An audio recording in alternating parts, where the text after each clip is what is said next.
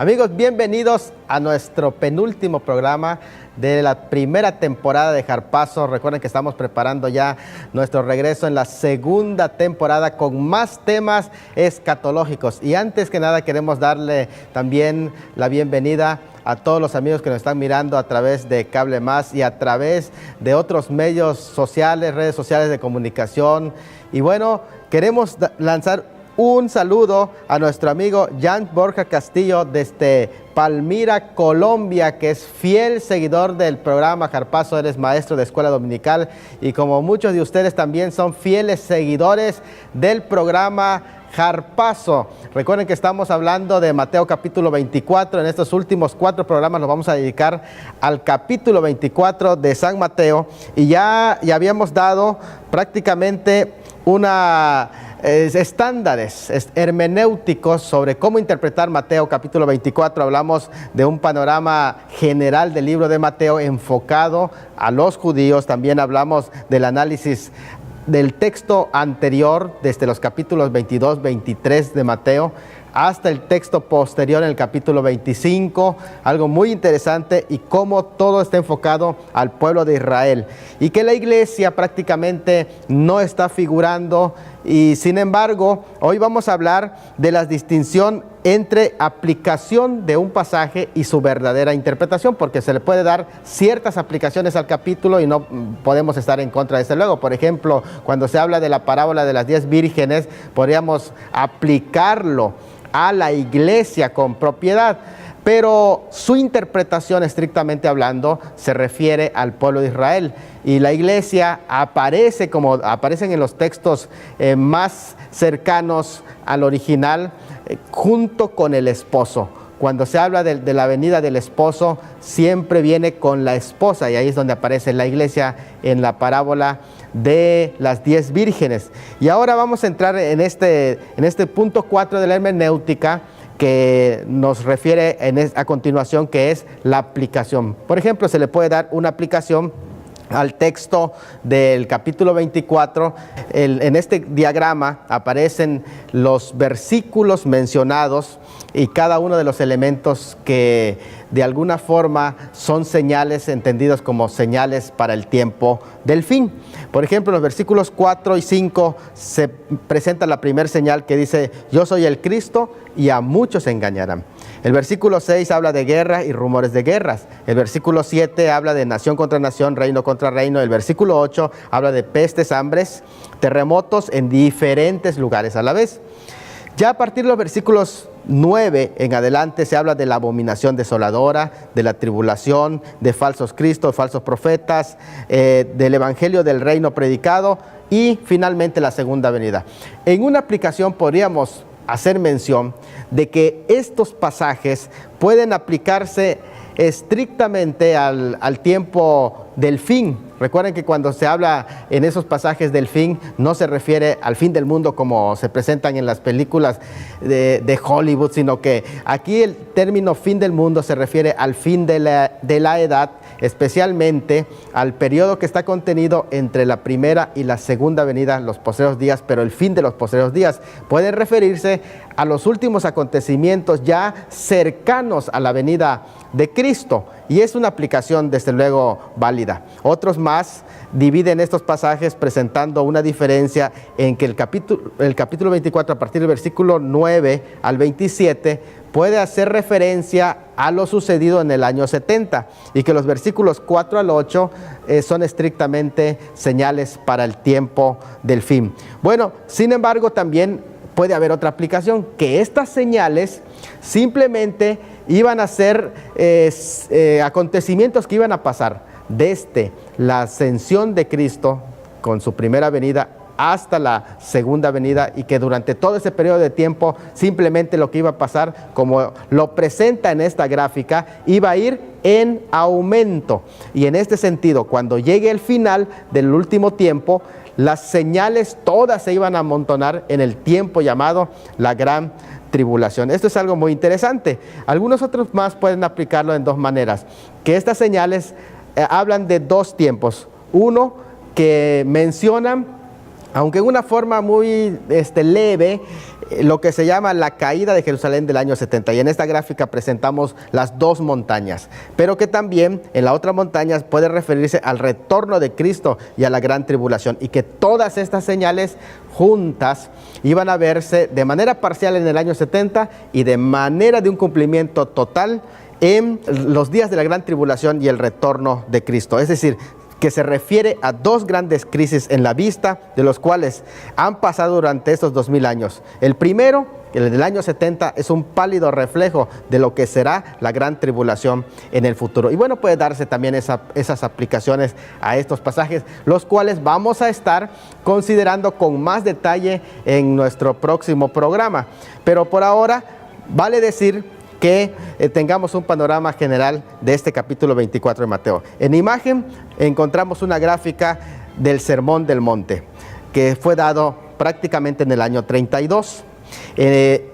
Los versículos 1 y 2 están señalando claramente un evento histórico sucedido en el año 70, y que Flavio Josefo, al narrar la historia de lo acontecido, lo hace con lujo de detalle, aunque a veces con un poquito de exageraciones.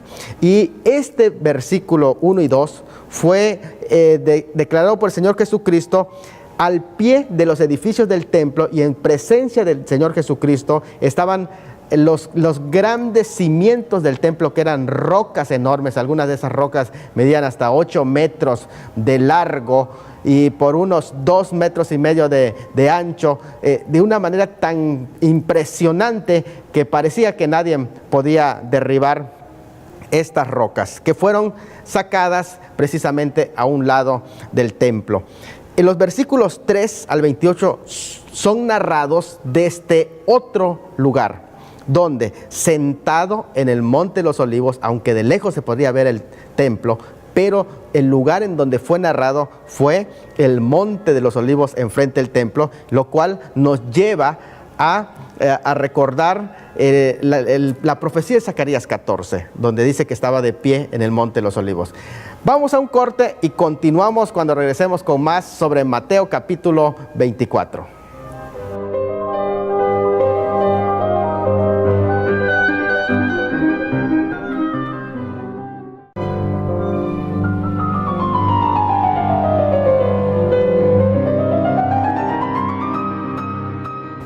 Amigos, continuamos pues con esta explicación que estamos dando, y me gustaría que quede claro estos dos escenarios. Los primeros versículos 1 y 2 fueron dados al pie del templo de Jerusalén, desde donde se dictamina la profecía del futuro del templo. Los versículos 3 al 28 fueron dados sentados él en el Monte de los Olivos, y mencionamos uno de los pasajes muy interesantes de Zacarías capítulo 14 versículo 4, en donde dice que él afirmaría sus pies. Si vamos al aspecto emocional que estaba representando para el Señor Jesucristo esta profecía, porque él en el capítulo 14 de Zacarías, que seguramente él tenía el conocimiento de esta profecía y que se va a cumplir en su segunda venida, un día iba a poner sus pies en el Monte de los Olivos, y el Monte de los Olivos se dividiría en dos, en tanto luego seguiría el juicio a las naciones.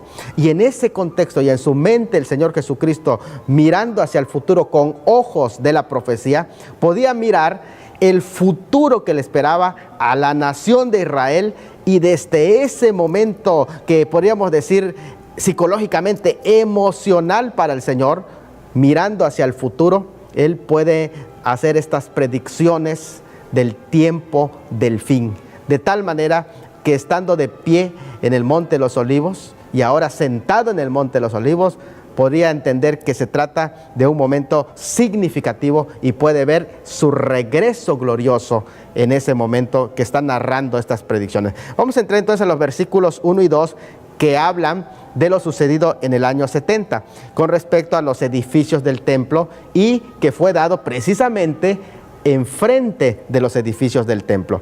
Y para nosotros es muy interesante, porque mucha de la historia de Israel gira en torno al templo, que es para ellos un lugar sagrado y que representa la presencia de Dios del Arca del Pacto, que así se conoce, pero que también en cierta manera representa el entorno religioso y espiritual del pueblo de Israel, de tal manera que si el templo está, Dios está. Ese es el sentido para el pueblo de Israel.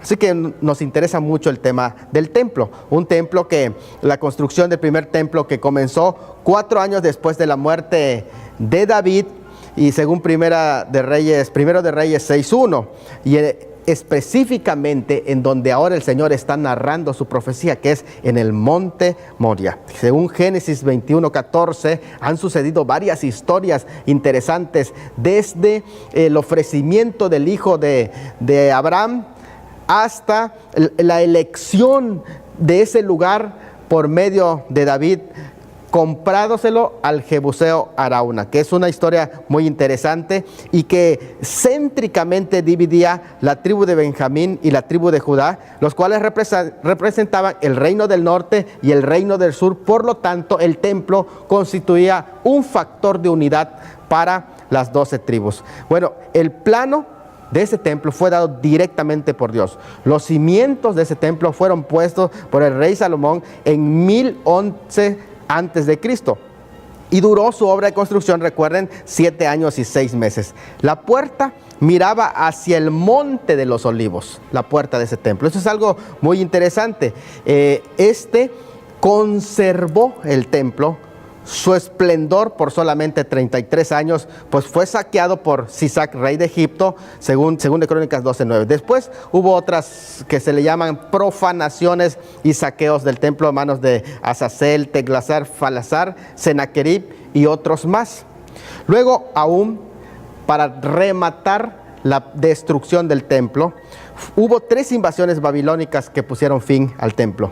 Primero fue el de Nabucodonosor, cuando estaba a punto de suceder en el trono a su padre, durante el reinado de Joacim, y en esa ocasión fue llevado Daniel cautivo. Y en 597, en el reinado de Joacim, en la segunda invasión babilónica, fue llevado Ezequiel, y la última invasión en 586, en el reinado de Sedequías, totalmente fue destruido el templo. En esta última invasión que se destruye el templo, habiendo subsistido 424 años, 3 meses y 8 días.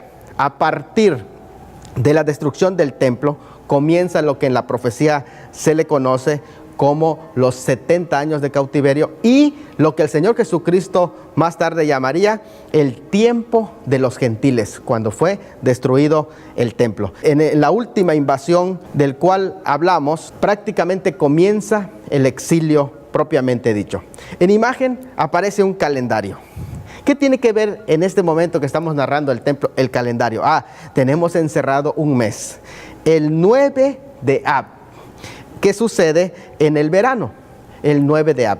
¿Qué significa y qué significado tiene el 9 de Ab con la destrucción del templo o con la historia del templo? El 9 de Ab es una fecha que da inicio a varios acontecimientos interesantes en Israel. Primero, el 9 de Ab da inicio a los 40 años de vagar en el desierto.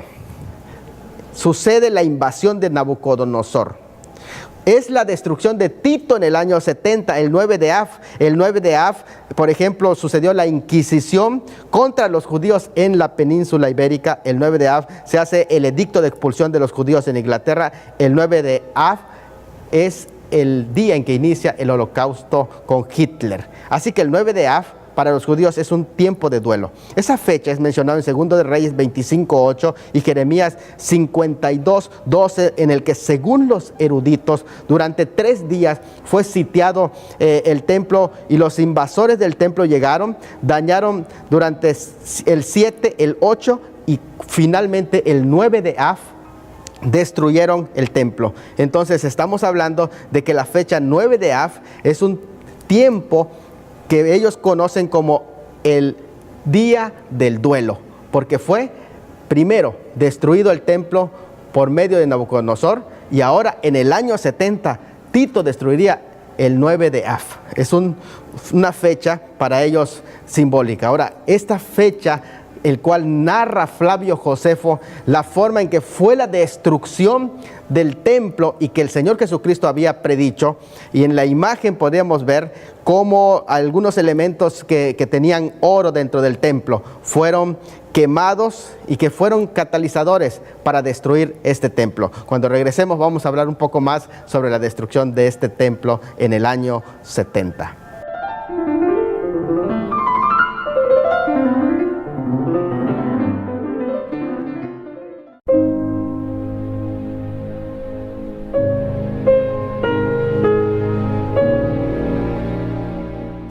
Amigos, estamos en un momento emotivo en el que la destrucción del templo realmente, que es para los judíos el centro de la fe, el centro de la religiosidad y el centro también de la presencia de Dios para ellos, de tal manera que Flavio Josefo, a lo mejor con un poco de exageraciones, y eso hace pensar a algunos de la postura preterista, que Mateo 24 se haya cumplido en el año 70. Sin embargo, hay muchos elementos que no se cumplieron y por lo tanto entendemos que Mateo 24 no se cumplió en el año 70. Aunque las narraciones de Flavio Josefo nos van a ayudar, siempre debemos de tener cuidado de no ponerlo como una clave para la interpretación. Nos dan ciertos datos históricos muy interesantes, pero siempre tengamos ese cuidado porque Flavio Josefo, debido a su inclinación filosófica y política, tiene una forma de exagerar en la narración.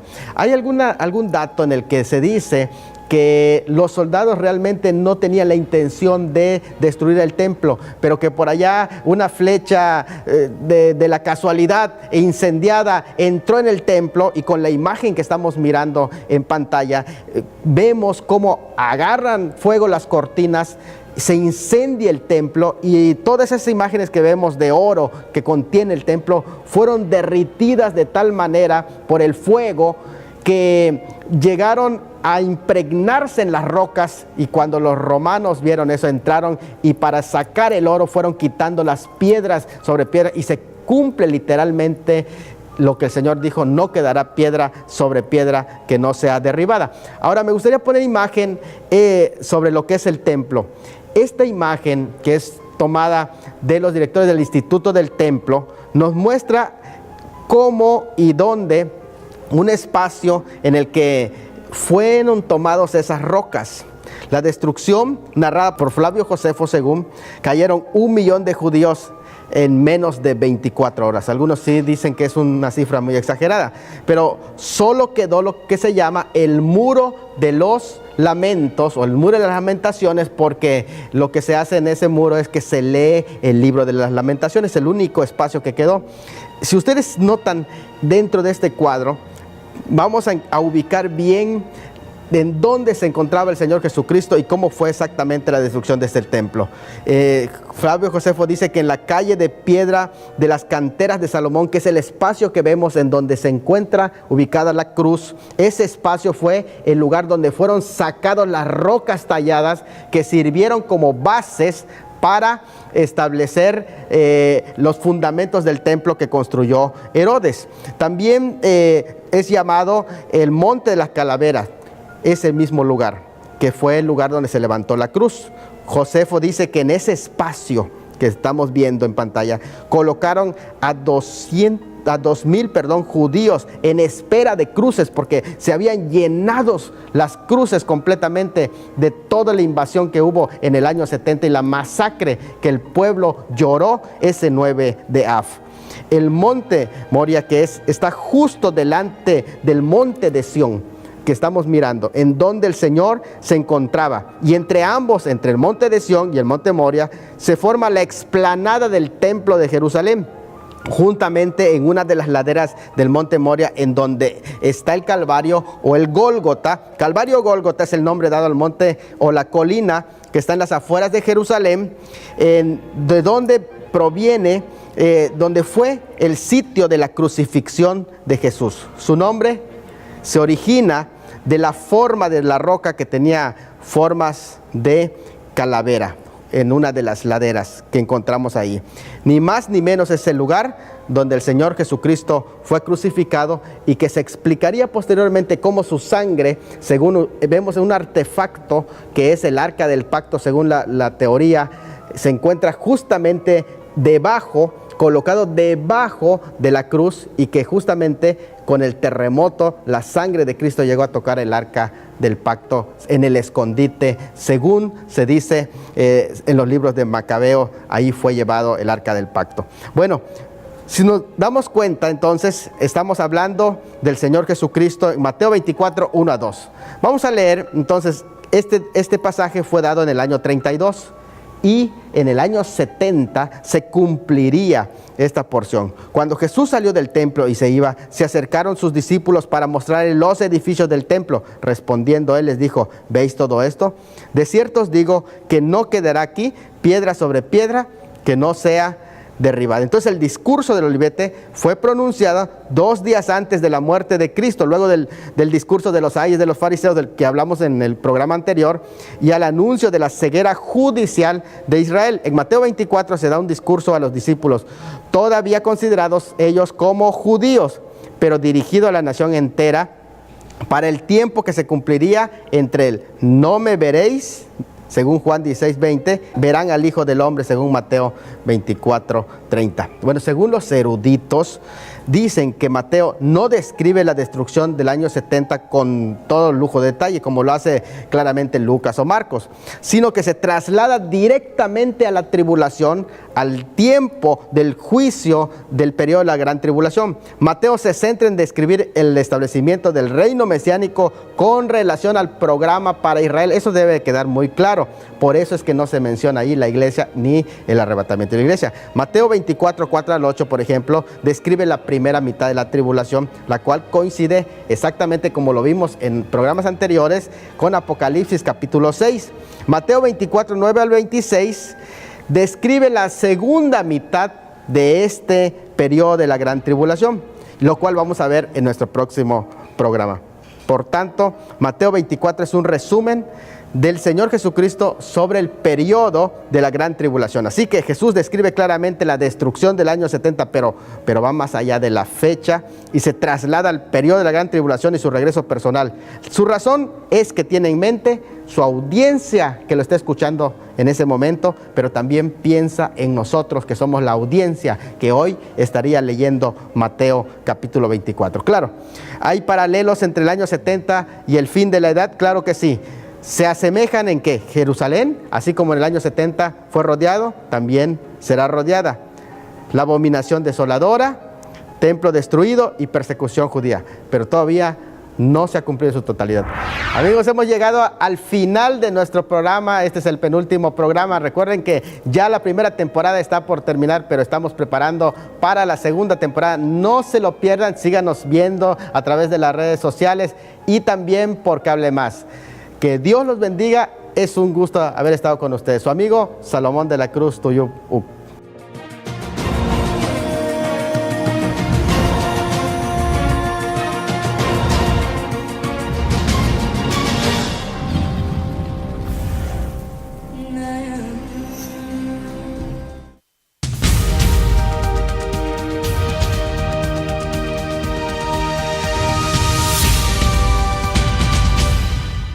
Refiere al pueblo de Israel, y la iglesia aparece como aparecen en los textos más cercanos al original, junto con el esposo. Cuando se habla de la venida del esposo, siempre viene con la esposa, y ahí es donde aparece la iglesia en la parábola de las 10 vírgenes. Y ahora vamos a entrar en este punto 4 de la hermenéutica, que nos refiere a continuación, que es la aplicación. Por ejemplo, se le puede dar una aplicación al texto del capítulo 24. En este diagrama aparecen maestros de escuela dominical, y como muchos de ustedes también son fieles seguidores del programa Harpazo. Recuerden que estamos hablando de Mateo capítulo 24. En estos últimos 4 programas los vamos a dedicar al capítulo 24 de San Mateo, y ya habíamos dado prácticamente estándares hermenéuticos sobre cómo interpretar Mateo capítulo 24. Hablamos de un panorama general del libro de Mateo enfocado a los judíos. También hablamos del análisis del texto anterior, desde los capítulos 22, 23.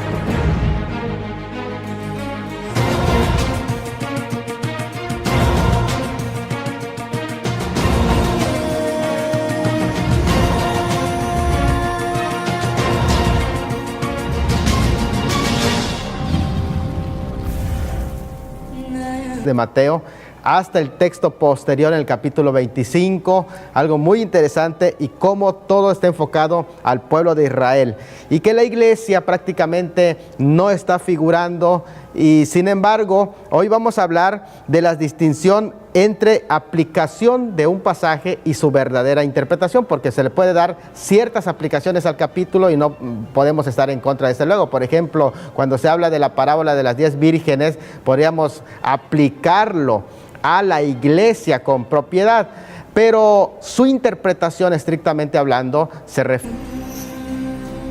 Amigos, bienvenidos a nuestro penúltimo programa de la primera temporada de Harpazo. Recuerden que estamos preparando ya nuestro regreso en la segunda temporada con más temas escatológicos. Y antes que nada queremos darle también la bienvenida a todos los amigos que nos están mirando a través de Cable Más y a través de otros medios sociales, redes sociales de comunicación. Y bueno, queremos lanzar un saludo a nuestro amigo Jan Borja Castillo desde Palmira, Colombia, que es fiel seguidor del programa Harpazo. Él